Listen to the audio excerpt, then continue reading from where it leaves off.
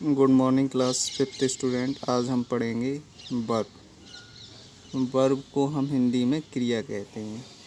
सबसे पहले इन सेंटेंसों को देखिए। My mother is a doctor, he had done his work, she reads a story book, we went to Goa. यहाँ जो शब्द लिखे हुए हैं is, has, done, read, went, ये वर्ब्स हैं। इनसे कार्य के होने या करने का पता चल रहा है। I repeat, is, has, done, read, went verbs हैं। इनसे कार्य के होने या करने का पता चल रहा है। अब definition of verb. A verb is a word use to express an action और state. I repeat, a verb is a word used to express an action or state। जिस शब्द से किसी कार्य के करने या होने का बोध होता है उसे हम वर्ब कहते हैं। आई रिपीट, जिस शब्द से किसी कार्य के करने या होने का बोध होता है उसे हम वर्ब कहते हैं।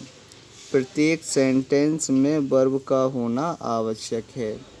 वर्ब के बिना सेंटेंस नहीं बन सकता। प्रत्येक सेंटेंस में वर्ब का होना आवश्यक है। बिना वर्ब के सेंटेंस नहीं बन सकता। Kinds of verb. वर्ब के प्रकार।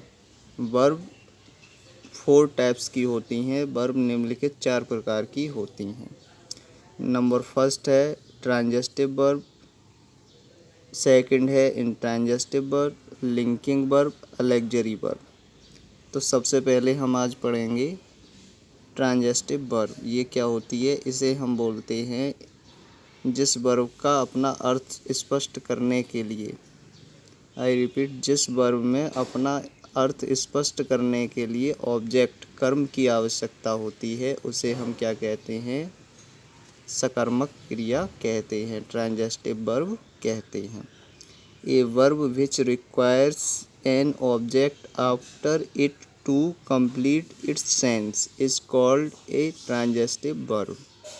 एक वर्ब जिसमें अपना अर्थ प्रकट करने के लिए ऑब्जेक्ट की आवश्यकता होती है उसे हम सकर्मक क्रिया कहते हैं। जैसे this farmer killed a snake, he writes a letter, I forget your address, he signed all letter. इन वाक्यों में क्या है आपका? किल्ड, राइटर्स, फॉरगेट, साइंड का प्रभाव ऑब्जेक्ट। ऑब्जेक्ट किस पर? स्नेक, लेटर, एड्रेस और लेटर्स, इन पर पड़ रहा है। तो आप देख सकते हैं इस सकर्मक क्रिया में क्या है, इसमें आपका ऑब्जेक्ट दिया गया है। इससे आगे अगला देखिए।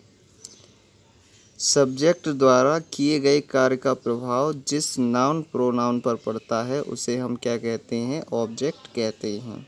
आई रिपीट, सब्जेक्ट द्वारा किए गए कार्य का प्रभाव जिस नाउन या प्रोनाउन पर पड़ता है उसे हम क्या कहते हैं? ऑब्जेक्ट कहते हैं। ऑब्जेक्ट कोई भी सजीव या निर्जीव वस्तु हो सकती है। आई रिपीट, ऑब्जेक्ट कोई भी सजीव या निर्जीव वस्तु हो सकती है। सकर्मक क्रिया में क्या होता है? एक या दो ऑब्जेक्ट भी हो सकते हैं। जैसे कि she has thrown her doll, the cow gives us milk. इन वाक्यों में दो ऑब्जेक्ट दिए गए हैं। एक इनडायरेक्ट अप्रत्यक्ष है और दूसरा डायरेक्ट प्रत्यक्ष है। एक डायरेक्ट है और दूसरा इनडायरेक्ट ऑब्जेक्ट दिया गया है। आई रिपीट, एक डायरेक्ट ऑब्जेक्ट है और दूसरा इनडायरेक्ट ऑब्जेक्ट दिया गया है। इनडायरेक्ट ऑब्जेक्ट जो होता है हमेशा सजीव ही होता है। आई रिपीट, इनडायरेक्ट हमेशा क्या होता है? सजीव ही होता है, वह निर्जीव नहीं हो सकता।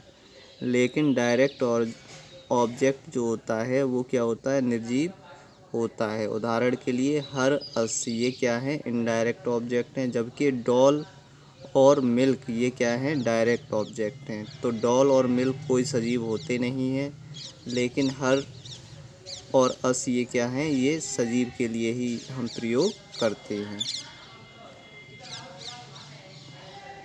Thanks for listening. इससे आगे हम पढ़ेंगे अगली क्लास में।